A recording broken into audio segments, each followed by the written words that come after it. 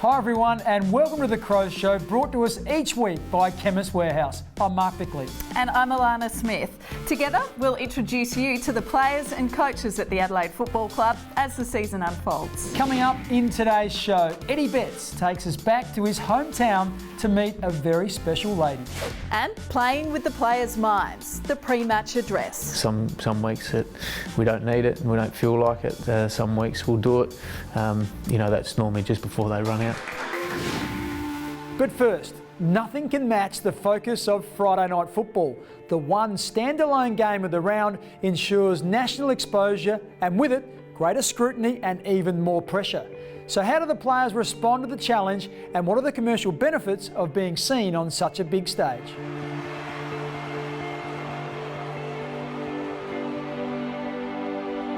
Well, in AFL footy, there's nothing like a Friday night at the MCG or any ground, really, when it's a blockbuster. It's an exciting thing. You look forward to it all week. It's the first game. And, the whole of the football world are watching and waiting to see what happens. So, look, it's right up there. And you get it 23 times a year. It's fantastic. Yeah, Friday night footy is a big stage. It's why we want to play footy, it's national stage. Everyone's watching and the attention's on you. So the best players seem to play well and that's why we enjoy it. It's quite incredible to be involved with Friday night footy. I mean, you get asked so many questions during the week. You get asked so many questions on the weekend about the match because everybody seems to be interested in that first game of a round. And generally we get, great matchups and plenty of blockbusters. So personally, to be a caller, sitting alongside Dennis and the crew, I've loved every minute of it. It's a privilege. You want to test yourself against the best and no better time than a Friday night. You always look to play well as individuals and as a team.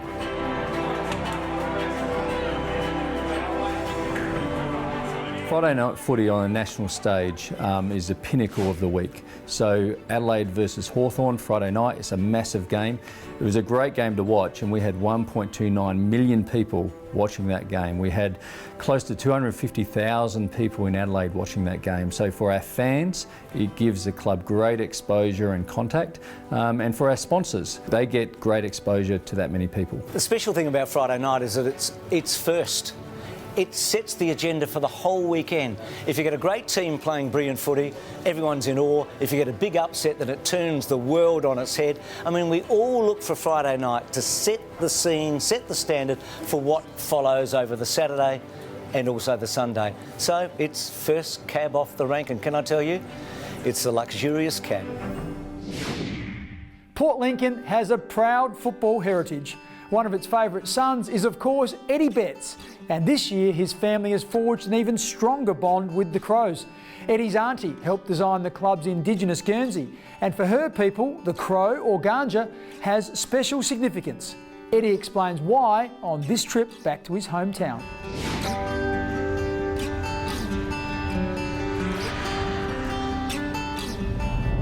We're back in Port Lincoln, my hometown. It's good to be back. We're going up to my grandmother's house where my auntie Susie and that lives. She designed the Indigenous jumper this year for the Adelaide Crows. So we're going to go and have a chat to her and talk about the design. My auntie Susie, she hasn't seen it yet live on the jumper. Oh wow, look at that. That is gorgeous. That is gorgeous. When the club approached me about wanting to help design the jumper, I knew my dad's sister, my auntie Susie, was an artist, so I gave her a call and said, would you like to design this year's Indigenous jersey, and she was over the moon.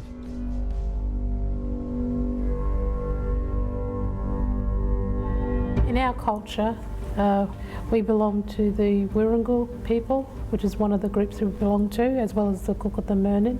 With the Wirangu, the crow is called ganga. So we wanted to get the story of the ganga and what it represents in our culture. So we have the crow here, the ganga, and just with the circles and the dots, it's talking about the spiritual realm that the ganga belongs to. Culturally, and also the swell down the bottom is about that power. It's about that magic, spiritually, that lifts, that heals. Firstly, the round is a very important round, not just for Indigenous people but for non-Indigenous people as well. So I guess, you know, just going through all the AFL teams, and there's different stories about their designs. Every team has a different story and a different design, so you learn a lot about different cultures around Australia, and I guess this is a significant one as well. Just knowing that I've got this jersey on that my auntie designed, and I guess all the players as well to put on to represent the Adelaide Football Club will be something special.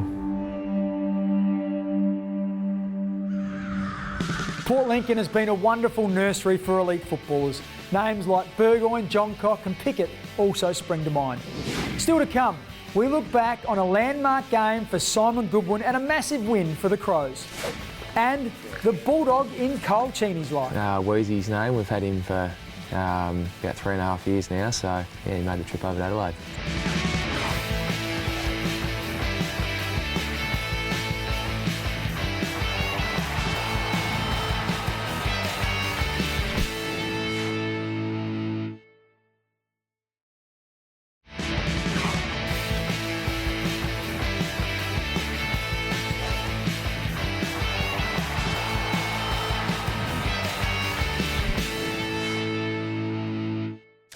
Time now to wind the clock back to round 15, 2009.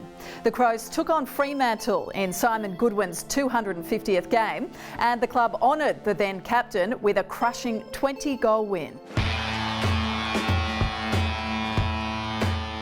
I remember it was, I was coming back from injury, so it was the first game I played for a few weeks, but it was an exciting period for the footy club because we had a really young emerging team that was coming through, and we started to play some pretty exciting footy, and that night we kicked 10 goals in the first half to Fremantle's point, and it was at that stage you thought that we were going to have a significant impact in the finals, not only make finals but actually might be able to cause some damage. So it was exciting. We had a really young, exciting team. Rory Sloane, Scotty Thompson had really taken a pivotal role, and we still had some older guys that were drifting through, and Tyson Edwards, Andy McLeod, these types, Brent Riley. So you had a highly talented midfield group that was young and exciting at that period of time. Marich decides to just give it back to Vince. Trouble here. Look at Goodwin. He's got 50 metres on his own. He can kick a goal here. 50 metres. He should kick a goal. Now he straightens up. Good chase from Duffield, but he found the target. He's marked it behind his legs. He's marked at the back of his knee. Oh, look, it was exciting for me because I was obviously skipper at the time, and we're sort of in a little bit of a rebuilding phase in terms of our list, and I wasn't quite sure if I was ever going to get a chance to get back to the peak and play some significant finals footy, and that year was definitely exciting for me to get back to the finals, to win a final. You know, unfortunately we went down in the semi-final on a really close, but it gave us a huge platform that the club was back to where we wanted to be from 2006, 2007 period, that we were, we'd made a shift back to where we wanted to be pretty quickly, and I think it gave the club some great momentum moving forward. As we see Simon getting world champion. On game number 250, the Adelaide Crows had the biggest victory so far in 2009. The final margin, 117 points. To be there for that amount of time and that amount of games is certainly very special, and it's something I hold pretty dear to myself. You play a lot of games, but at those really important milestones in your career, you actually get to share them with the people that you care about most, and to do that with the family and the friends and your wife and kids and obviously your best mates, it's an enjoyable feeling, and you look back at those nights and those days as pretty special. Kyle Cheney has built a reputation for being solid and reliable in defence. So it's no wonder that his best mate displays similar traits. Kyle's constant companion is his French Bulldog, and apparently it has a unique personality. Let's meet his friend and hear how Kyle rates his season so far.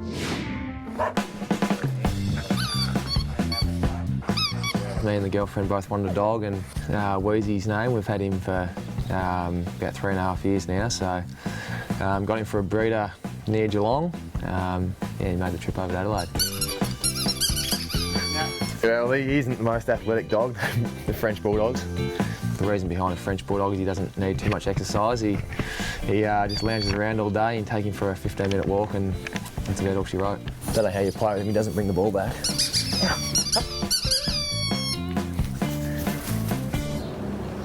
Weezy hasn't got too many tricks, but one he does do is when he goes to the toilet when we go for a walk, he'll find a little tree that he likes and he'll do a couple of circles around it, and then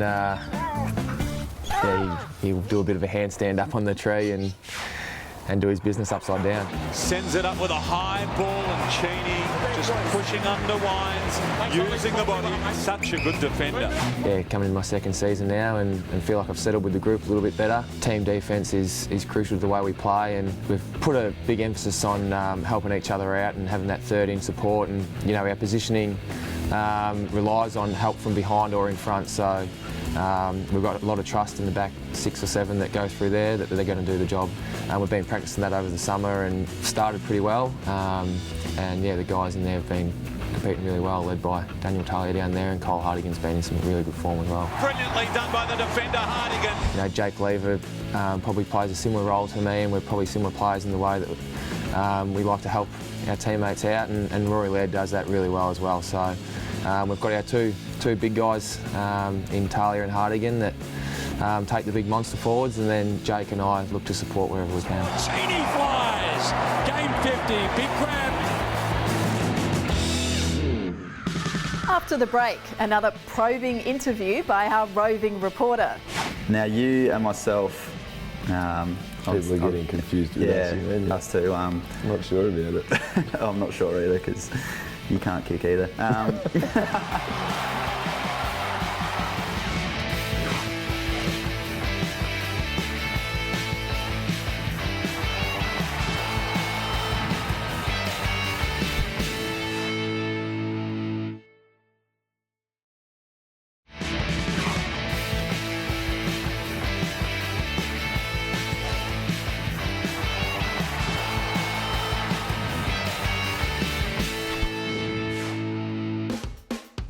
Paul Seedsman came to the Crows from Collingwood, looking to secure a regular place at the elite level.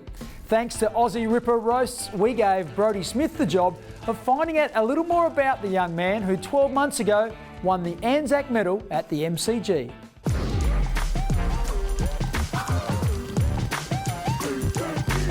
Welcome, Paul Seedsman, to this week's Ripper Roast. Cheers, man. Obviously, you made the transition from Collingwood over to Adelaide. How are you finding it?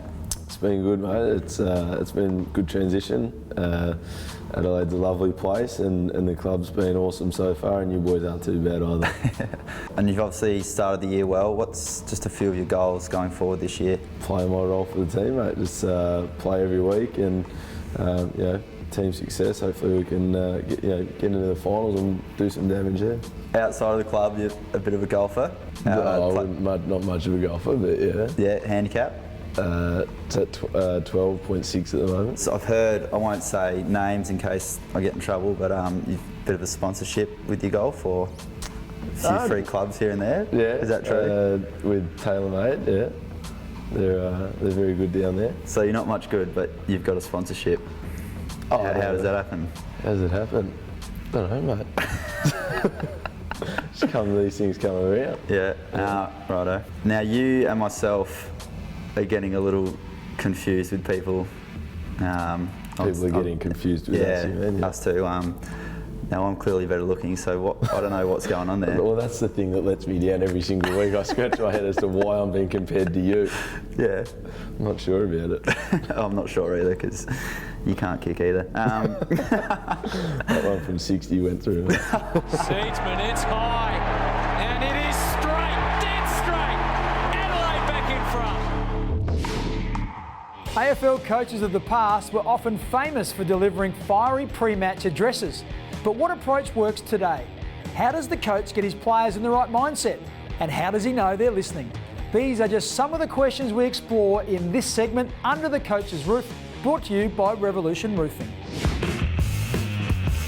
Well, they have a meeting when they first come into the change room, so we let them know if there's any changes with the team. So that's normally, an hour and a bit just before the game, and then the final address. And that's not every week. Some weeks that we don't need it and we don't feel like it. Some weeks we'll do it. That's normally just before they run out. We spend a lot of time with the players during the week, and there's a lot of preparation during the week, either one-on-ones or with individual lines. So the meeting as pre-game is more just to touch off on those last 2 or 3 key points for the players to take into the game. It's funny because as a player you can't really remember them, so I think you're just in the zone, worrying about what you need to do yourself as part of your role. It's certainly changed. After 25 years being in this industry, I've seen a fair bit of change, and that's definitely one thing. The players do rub off, I guess, on the motion of coaches as well. So I think if we're calm and in those situations, the players will be calm in pressure situations as well. As a coach, if you're worrying about touching off on 2 last things and expect the players to grab hold of it, I think it was wishful thinking because there's a lot going on. But yeah, you put a bit of thought into it, but it's more about just reassuring the players about what the game plan is. In fact, it's probably the most relaxed stage because the work's done. It's really just handing over the players from then on.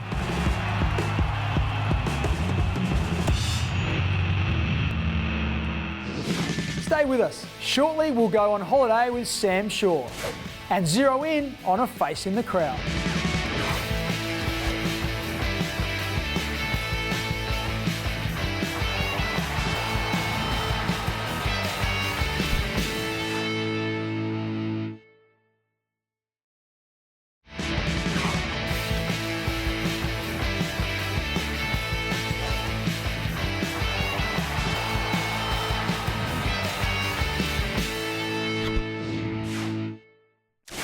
Most players choose to escape the intensity of AFL football by heading overseas for their holiday. Sam Shaw is no different. Thanks to our travel partners at Flight Centre, Sam takes us to his favourite destination and tells us where he might be headed next.